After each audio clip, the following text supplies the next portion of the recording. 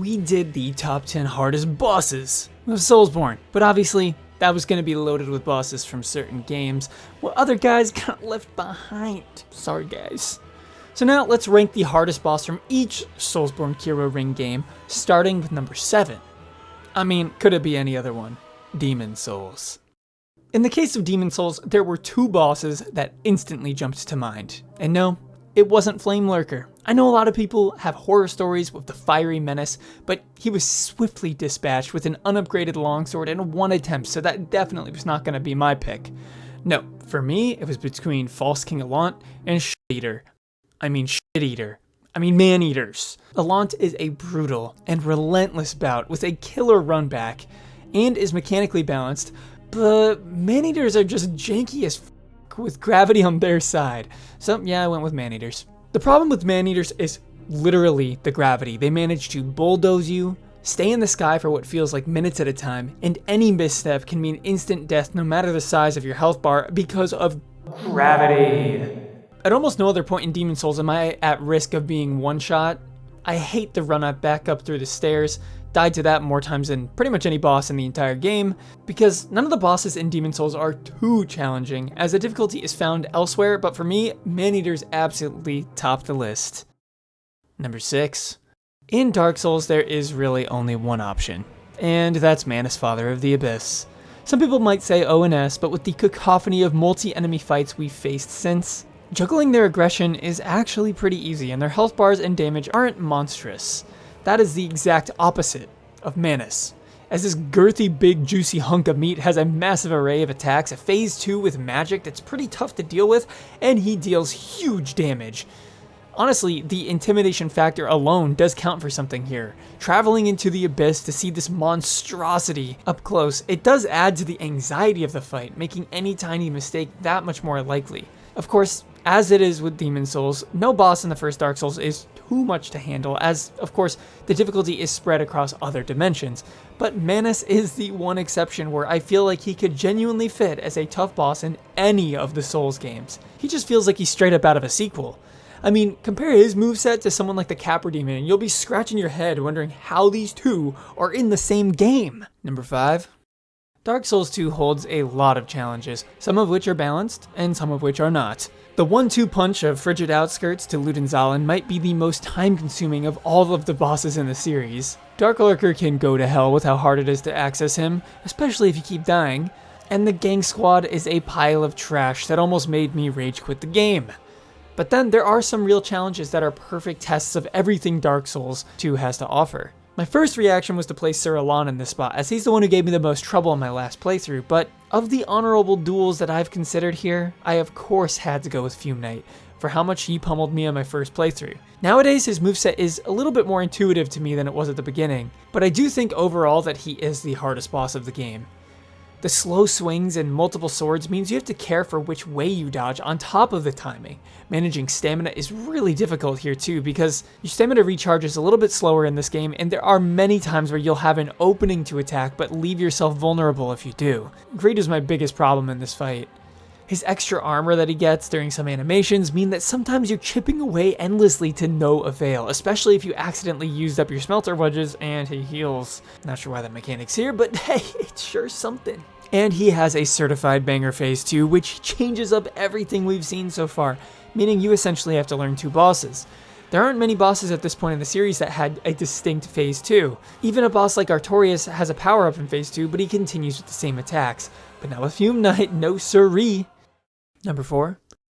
Dark Souls 3 is chock full of pretty tough bosses, and they filled out a lot of my top 10 list. You got Nameless King, Slave Knight Gale, Pontiff Sullivan, but we all know the big kahunas are Frida and Midir. But considering Midir is just one boss with mostly one set of moves that are pretty learnable, albeit very challenging, I gotta put Fried here. The problem with Frida is there are 3 distinct phases, each with its own set of challenges to learn. Of course, once you master phase 1, there isn't going to be much of a problem there. She'll go down in a few hits, but the first time you're learning, the invisibility is going to catch you off guard. This is one of the longest fights in the series as well, with 3 totally unique phases and a girthier health bar for each one. Frida is fast, so fast that at times panic feels like the only reasonable response. But to be honest, Frida is manageable. She staggers very easily from almost every hit, meaning you can chain stun her for a couple hit combo regularly. She has a huge arsenal of attacks, but almost all of them leave her open in one way or another, like a free backstab on her vertical Flame of Doom. So as much as this boss can be a pain in the keister your first time around, it's nowhere near the top 3, which are a massive jump in difficulty. Speaking of top 3, before we get there, 85% of you are not subscribed. How am I supposed to show the class my YouTube analytics without being embarrassed? Come on guys, help me out please. Number 3. Alright, so we're done with baby time now. And now, it's the real men. Sekiro was a wall for me on almost every boss. So yeah, I'd probably say I struggled more with a mini-boss like Chained Ogre than any boss from all of Demon Souls and Dark Souls 1. I'm not even kidding. And I'm not ashamed to admit it. That guy was a WWE legend. But if we're talking peak challenge, it definitely can't be Owlfather. I know many of you guys think so, but I beat him on my first try, just like Flame Lurker, and he's a reasonable iteration on the previous Great Shinobi Owl fight, sharing enough similarities to make it a fight that I feel like I already knew before doing it. As for the inner battles, I've never faced most of them, so I can't say for sure how they would stack up. I've done inner Genichiro, and that is way harder than the original Genichiro fight, with these little change-ups that just make you not get into the normal rhythm. But because I haven't faced all of them, I'll stick to the bosses from the story of the game. And that would leave Demon of Hatred and Ishin the Sword Saint. Demon of Hatred probably took a similar amount of attempts to overcome, but as Demon of Hatred relies on a changing of some of the fundamentals of the deflect attack combat thus far, it feels like Ishin is more of a reflection of the pinnacle of the game's difficulty. Everything built to this moment, and you feel it from the moment you first clash swords. Every second of the fight feels like you're on the back foot, struggling to get your bearing as a master summons lightning, the power of God, and anime to pummel you dozens of times. The only thing keeping him from being higher on the list is the fact that repeat playthroughs make the fight easy breezy, but on a first time, this could be first place. I will say I've also seen some people on their first time fighting the boss, they manage to survive way too long by just sprinting around, waiting for a jump attack, and getting chip damage in here and there, which I feel like is a kind of cheese strat that kind of works. But as I didn't fight him that way, there's no way I'm going to factor that in. But let it be known, there are some options. Number 2, Lawrence. Really guys, you really think Lawrence is harder?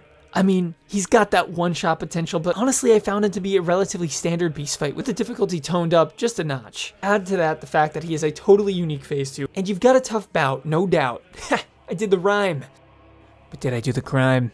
But of course, the hardest boss in Bloodborne has to be Orphan of Kos. I considered myself a pseudo-master of Bloodborne, having beat the game so many times, but when I came back after a long break and tried to fight Orphan of Kos, I will not be ashamed to admit he killed me more than a few dozen times. This is a boss that no matter how many times I face him, he still poses a serious threat, which is why he places above Ishin. It just feels like I do no damage to the guy and that it's so hard to get a hit in phase 2. I feel like phase 1 is moderately learnable, albeit very challenging, but phase 2 is where I seriously struggle because it just ends up lasting so long because he's jumping around and flying and going wonky ballistic. What the fuck happening?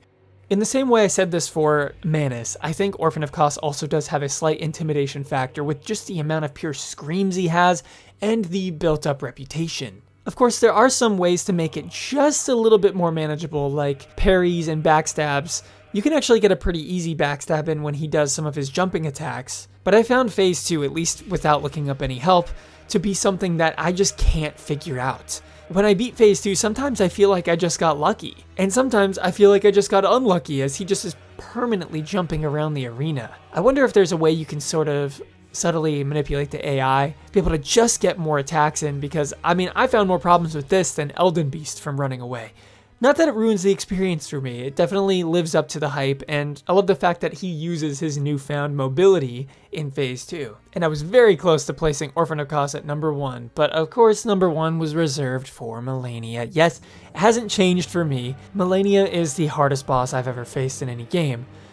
I know some of you say that Sigrun from God of War would give Malenia a run for her money, and I absolutely positively cannot say because I'm never going to play that game on the hardest difficulty. But as for Malenia, yes, there are some ways that you might be able to make the fight a bit easier, but as for me, I am never going to be summoning in Elden Ring. I enjoy playing the game solo, and I will continue to do so. Malenia combines everything that I've mentioned for the last 3 entries into one fight. She has the multi-phase component of a boss like Freed with her speed. She has the unrelenting mobility of Orphan of Kos and the master swordsmanship that requires expert timing of Ishin.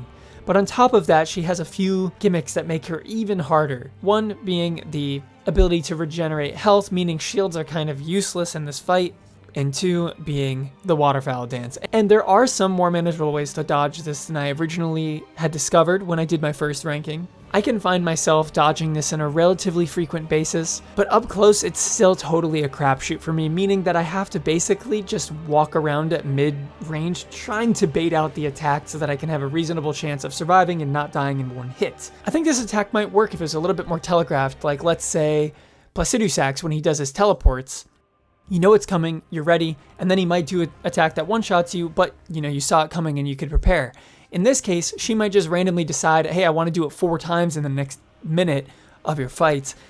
And when that happens, you can just randomly die. I don't like the RNG component of there just being a completely random amount and timing of the waterfowl dance, because if you're going to have an attack like this that's so hard to dodge up close, I should be able to know when it's coming, because I just hate the fact that it just ruins the pace of the fight for me, that I have to kind of keep my distance a bit to be able to really reliably survive. Outside of that though, I think it's a pretty balanced fight, but obviously, oh my god, it's so hard, guys. I don't know how I do it. It definitely took me more tries than any boss in any game, and continues to pose a threat as I attempt future runs. She did not fall off in difficulty like Ishin did for me. She also does pose a little bit more of a weakness to some other strategies, such as, like I said, summoning before, and I think there's actually some strats you can do to cancel Waterfowl Dance, like throwing certain items at her, which I find really interesting, but I prefer to just fight boring, straight up. I know, I'm old-fashioned like that. But what do you guys think? Rank all 7 of your hardest bosses from each one of the games down below. Hope you have a great day. Thanks for watching, and peace.